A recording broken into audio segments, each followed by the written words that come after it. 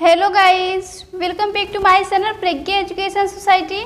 तो गाइस, आज हम लोग क्लास 12 की केमिस्ट्री का थर्ड लेसन जो है विद्युत रसायन, उसका बहुत ही इंपॉर्टेंट ऑब्जेक्टिव पढ़ेंगे। टारगेट का जो गेस्ट पेपर का है उसका आज 3 लेसन पढ़ेंगे। इसके पहले मैंने 1 और 2 लेसन आपको वीडियो की तरफ दे दिया है। मुझे आशा है कि आप लोग उन सभी वीडियो को देखकर याद कर लिए होंगे, बिकॉज आपका एग्ज़ाम बहुत ही पास है। सो आप लोग ऑब्जेक्टिव पर ध्यान दीजिए और अच्छी तरह से याद कीजिए। चलिए आज की क्लास शुरू करते हैं।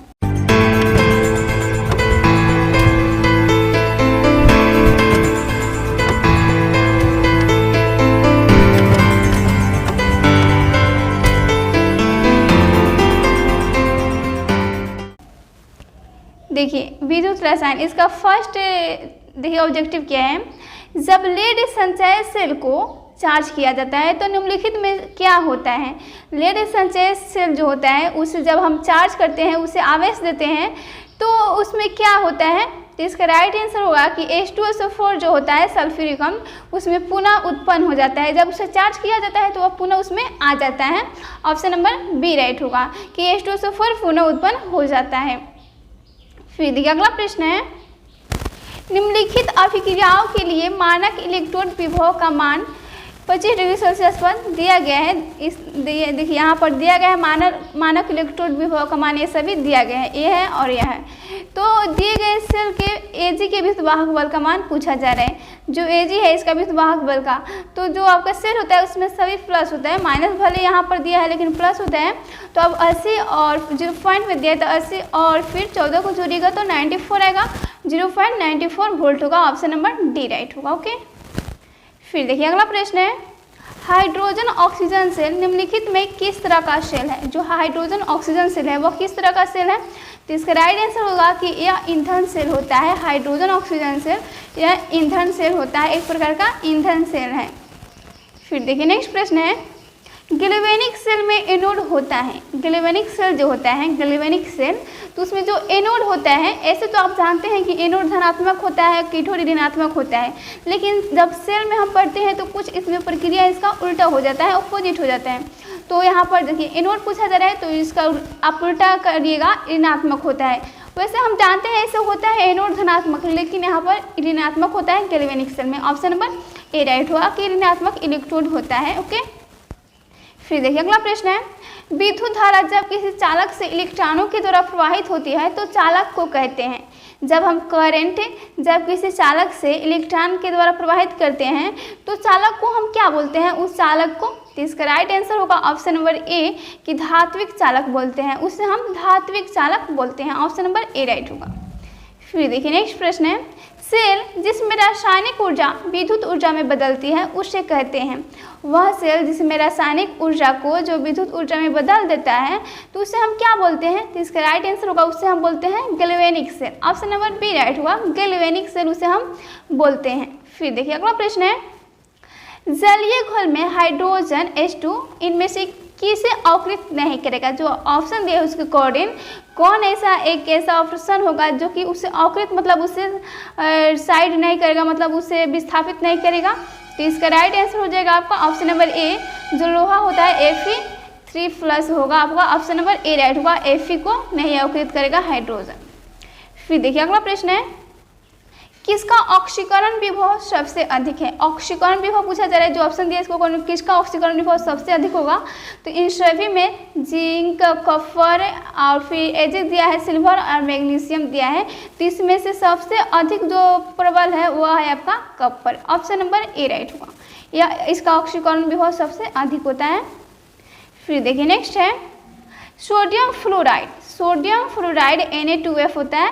तो इसके जलीय घोल का विद्युत विच्छेदन कराने पर एनोड, यहाँ धनोद दिया है यानी एनोड एवं ऋणोद प्राप्त प्रतिफल है, यानी एनोड और कैथोड पर प्राप्त प्रतिफल क्या होगा जब हम सोडियम फ्लोराइड के जलीय घोल में विद्युत धारा प्रवाहित करेंगे। तो इसका राइट आंसर होगा कि जो धनोद है यानी एनोड पर O2 प्राप्त होगा और जो ऋणोद होता है यानी कैथोड ऋणात्मक जो होता है उस पर H2 प्राप्त होगा। ऑप्शन नंबर डी राइट होगा। फिर देखिए नेक्स्ट है, बेरियम सल्फेट की संतृप्त घोल का समतुल्य चालकता 400 प्रति ओम कूलम मीटर इक्विवेलेंट से पर इक्विवेलेंट दिया है। तो विशिष्ट सूचकांकता भी दिया है, विशिष्ट सूचकांकता का मान दिया है 8 गुना 10⁻⁵ प्रति ओम प्रति सेंटीमीटर दिया है। तो BaSO4 बेरियम सल्फेट का पूछा जा रहा है KSP क्या होगा। तो बेरियम सल्फेट का KSP, तो इसका राइट आंसर होगा आपका ऑप्शन नंबर बी 10⁻⁸ मोल का square. Option number B right होगा। फिर देखिए अगला प्रश्न है जो यह दिया है आपका संकेत चिन्ह, तो इसमें पूछा जा रहा है कि इसका इलेक्ट्रोड विभव पूछा जा रहा है। जो HO यह सभी जुड़ा हुआ है बंड से, HO फिर OH से फिर O है और यहाँ पर बना रहा है 2S और 2E। तो यहाँ पर यह विद्युत वाहक बल का संकेत है E0। तो यहाँ पर फिर दिया है 1.30 वोल्ट और Vs बराबर 2 इलेक्ट्रोड विभव है। तो इसका फिर पूछा जाए कि इलेक्ट्रोड विभव क्या होगा, तो इसका राइट आंसर होगा ऑप्शन नंबर ए कि 1.36 वोल्ट होगा, 1.36 वोल्ट। फिर देखिए अगला प्रश्न है एक विद्युत अवघट्य क्या होता है। ऑप्शन दिया है कि एक विद्युत अवघट्य विलयन में जटिल आयन बनाता है या फिर केवल विद्युत प्रवाहित करने पर आयन देता है या ठोस अवस्था में भी आयन रखता है और केवल जल में घोलने जाने पर भी आयन देता है। तो इसका राइट आंसर होगा कि जो एक विद्युत अवघट्य होता है इलेक्ट्रोलाइट्स, वो विलयन में जटिल आयन बनाता है, विलयन में जटिल आयन बनाता है। ऑप्शन नंबर ए राइट होगा। फिर देखिए अगला प्रश्न है प्रबल विद्युत अवघट्य वे है जो, प्रबल विद्युत अवघट्य वे है जो क्या। तो प्रबल विद्युत अवघट्य वे है, एक प्रबल होता है एक दुर्बल होता है। तो प्रबल विद्युत अवघट्य वे है जो सभी तनुताओं पर आयनों में विभक्त हो जाते हैं, जो सभी तनुताओं पर आयनों में विभक्त हो जाते हैं। ऑप्शन नंबर डी राइट होगा। फिर देखिए नेक्स्ट है आपका नेक्स्ट है निम्नलिखित में से कौन सबसे शक्तिशाली अवकारक पदार्थ है। सबसे शक्तिशाली अवकारक पूछे तो आयोडीन मारिएगा, आयोडीन, और ऑक्सीकारक पूछे तो फ्लोरीन। ऑप्शन नंबर इसका सी राइट होगा। सबसे अधिक अवकारक पदार्थ होता है, सबसे शक्तिशाली अवकारक पदार्थ आयोडीन यानी I2। फिर देखिए अगला प्रश्न है ऑप्शन नंबर सी राइट होगा। निम्नलिखित में कौन सबसे शक्तिशाली ऑक्सीकारक है। तो ऑक्सीकारक का लिखिए मैंने क्या बताया fluorine F2। Option number A right होगा। अवकारक तो आयोडीन और ऑक्सीकारक तो फ्लोरीन। ऑप्शन नंबर इसका ए राइट होगा। फिर देखिए नेक्स्ट है फैराडे का विद्युत विच्छेदन का द्वितीय नियम संबंधित है किससे। जो फैराडे नामक वैज्ञानिक ने 1934 में विद्युत विच्छेदन से नियम दिया था, उससे संबंधित 2 नियम दिए थे। तो दूसरा नियम है तो किससे संबंधित है। तो जो दूसरा नियम है तो वो आपका संबंधित है विद्युत अवघट्य के समतुल्य भार से, वे समतुल्य भार से संबंधित है। ऑप्शन नंबर इसका बी राइट हुआ कि विद्युत अवघट्य के समतुल्य भार से संबंधित है। नेक्स्ट है निम्नलिखित में कौन द्वितीयक सेल है। एक प्राथमिक सेल होता है, एक द्वितीयक सेल है। तो इसका राइट आंसर क्या होगा द्वितीयक सेल, तो वह है lead storage battery, lead storage battery जिसे कि हम द्वितीयक सेल कहते हैं। अगला प्रश्न है देखिए 9650 कूलम विद्युत धारा CuSO4 के घोल से मुक्त करती है। कितना मुक्त करती है CuSO4 के घोल से, इतना जो कूलम विद्युत धारा दिया गया है। तो इसका राइट आंसर होगा कि 31.75 ग्राम कूलम यह मुक्त करती है। ऑप्शन नंबर बी राइट होगा। फिर देखिए अगला प्रश्न है इलेक्ट्रॉन पर आवेश होता है। इलेक्ट्रॉन पर आवेश तो आपको सभी को मालूम होना चाहिए इलेक्ट्रॉन पर कितना आवेश होता है। इसका राइट आंसर होगा 1.6 × 10⁻⁻19 कूलम इलेक्ट्रॉन पर आवेश होता है। फिर देखिए नेक्स्ट है विशिष्ट प्रतिरोध की इकाई है। विशिष्ट प्रतिरोध की इकाई क्या होता है। विशिष्ट प्रतिरोध की इकाई, तो विशिष्ट प्रतिरोध की इकाई होता है ohm centimetre, ohm centimetre. Option number C right होगा। नेक्स्ट है विद्युत अपघटन के नियम दिए थे। विद्युत अपघटन के नियम कौन दिए थे। तो आपको मालूम है कि विद्युत अपघटन के नियम 1934 में फैराडे नामक वैज्ञानिक ने दिए थे। तो इसका राइट आंसर होगा ऑप्शन नंबर सी, फैराडे ने दिया था। अगला प्रश्न है फैराडे का प्रथम नियम है। फैराडे का प्रथम नियम क्या है। तो इसका राइट आंसर होगा फैराडे का प्रथम नियम है कि M इक्वल होता है ECT, M equal ECT। Option number इसका बी राइट होगा। फिर देखिए अगला प्रश्न है विद्युत रासायनिक तुल्यांक का मात्रक है। विद्युत रासायनिक तुल्यांक का मात्रक क्या होता है। विद्युत रासायनिक तुल्यांक का, तो इसका राइट आंसर होगा ऑप्शन नंबर इसका सी, ग्राम कूलम होता है, ग्राम कूलम। विद्युत रासायनिक तुल्यांक का मात्रक होता है आपका ग्राम प्रति कूलम, ग्राम प्रति coulomb. Option number C right होगा। फिर देखिए अगला प्रश्न है कि 1 फैराडे होता है, 1 फैराडे कितने कूलाम के बराबर होता है, ये पूछा जा रहा है। तो इसका राइट आंसर होगा कि 1 फैराडे जो होता है, देखिए यहाँ पर दिया है 96,500 कूलाम लगभग, यहाँ पर भी दिया है 96,500 कूलाम, तो जो लगभग में दिया है वो आपका राइट होगा कि 96,500 कूलाम लगभग 1 फैराडे बराबर होता है, यानी 9,650 500 कूलाम होता है 1 फैराडे बराबर। फिर देखिए अगला प्रश्न है, फैराडे की इकाई होती है, फैराडे की इकाई क्या होती है, तो फैराडे की इकाई होती है कूलाम प्रति मोल, कूलाम प्रति मोल फैराडे की एसआई मात्रक क्या इकाई होता है, ऑप्शन नंबर सी राइट होगा। नेक्स्ट है सेल स्थिरांक है, सेल स्थिरांक इसमें जो दिया है कौन सेल स्थिरांक है, तो इसका राइट आंसर होगा सेल स्थिरांक है L/A, L/A जो कि सेल स्थिरांक होता है। नेक्स्ट है विलयन की चालकता समानुपाती होता है किसके, विलयन की जो चालकता होता है वह किसके समानुपाती होता है, तो विलयन की चालकता आयनों की संख्या के समानुपाती होता है, ऑप्शन नंबर इसका बी राइट होगा कि विलयन की चालकता आयनों की संख्या के समानुपाती होता है। नेक्स्ट है कोलराउस का नियम है, कोलराउस नामक वैज्ञानिक ने नियम दिया था, तो इसमें कौन उनका नियम है, तो इसका राइट आंसर होगा कि lambda infinitive m equal lambda plus plus lambda minus, option number B right होगा। नेक्स्ट है विद्युत अपघटन में निक्षेपित आयनों की मात्रा निर्भर नहीं करती, किस पर निर्भर नहीं करती है, विद्युत अपघटन में निक्षेपित आयन की जो मात्रा होता है वो किस पर डिपेंड नहीं करता है, तो इसका राइट आंसर होगा कि वो तो समय पर डिपेंड करता है, विद्युत धारा पर भी डिपेंड करता है, विद्युत रासायनिक तुल्यांक पर भी डिपेंड करता है, लेकिन जो प्रतिरोध होता है रेसिस्टेंस उस पर डिपेंड नहीं करता है, ऑप्शन नंबर ए राइट होगा।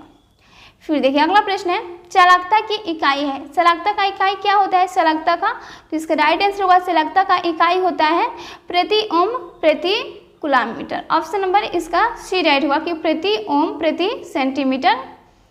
फिर देखिए अगला प्रश्न है 1 फैराडे विद्युत धारा प्रवाहित करने पर प्राप्त मात्रा बराबर होगी, कितना होगी, 1 फैराडे विद्युत धारा अगर प्रवाहित किया जाएगा तो कितना मात्रा उसको प्राप्त होगा, तो इसका राइट आंसर होगा कि 1 फैराडे विद्युत धारा प्रवाहित करने पर विद्युत रासायनिक तुल्यांक प्राप्त होता है, ऑप्शन नंबर सी राइट होगा। फिर देखिए अगला प्रश्न है विद्युत अपघटित सेल में इलेक्ट्रॉन जिस इलेक्ट्रोड से घोल में प्रविष्ट करता है उसे कहते हैं, विद्युत अपघटित जो सेल होता है उसमें जो इलेक्ट्रॉन होता है तो जिस इलेक्ट्रोड से घोल में उसमें प्रविष्ट यानी उसमें प्रवेश कर जाता है तो उसे क्या बोलते हैं, एनोड कैथोड या फिर एनोड कैथोड में से कोई, इनमें से कोई नहीं, तो इसका राइट आंसर होगा कि उसे हम बोलते हैं कैथोड यानी ऋणात्मक, ऑप्शन नंबर ए राइट हुआ कैथोड। नेक्स्ट है द्रवित NaCl के विद्युत अपघटन से कैथोड पर मुक्त होता है, यानी द्रवित NaCl में सोडियम क्लोराइड में आप विद्युत धारा प्रवाहित करेंगे तो कैथोड पर क्या मुक्त होगा, तो जो कैथोड पर मुक्त होता है वो होता है आपका धनायन होता है, और जो एनोड पर मुक्त होता है वो ऋणायन होता है। तो NaCl में कौन धनायन होता है, Na धनायन होता है और Cl ऋणायन होता है, तो कैथोड पर पूछा जाए तो इसका अपोजिट हो जाएगा आपका सोडियम हो जाएगा। सोडियम आप इस तरह NaCl निकालते हैं तो Na प्लस Cl माइनस होता है, तो सोडियम वहाँ पर है तो धनायन, लेकिन जब इसमें विद्युत धारा प्रवाहित किया जाएगा तो ये ऋणायन पर मुक्त होगा, कैथोड पर मुक्त होगा, यानी ऑप्शन नंबर बी राइट होगा। और यहाँ पर पूछे कि एनोड पर कौन मुक्त होता है तो आप मारिएगा क्लोरीन। ओके, फिर देखिए अगला प्रश्न है 1 मोल एल्युमिनियम को एल्युमिनियम में अपचयन के लिए कितने आवेश की आवश्यकता होगी, 1 मोल जो एल्युमिनियम होता है, 1 मोल एल्युमिनियम के यहाँ पर 3 आवेश है, तो इसको एल्युमिनियम में अपचयन के लिए कितने आवेश की आवश्यकता होगी, तो इसका राइट आंसर होगा कि इसके एल्युमिनियम में अपचयन के लिए इसे आवेश की आवश्यकता होगी 3.0 × 10⁵ coulomb, option number A right होगा कि 3.0 × 10⁵ कूलाम इतने आवेश की आवश्यकता होगी एल्युमिनियम के आवेश को एल्युमिनियम में अपचयन के लिए।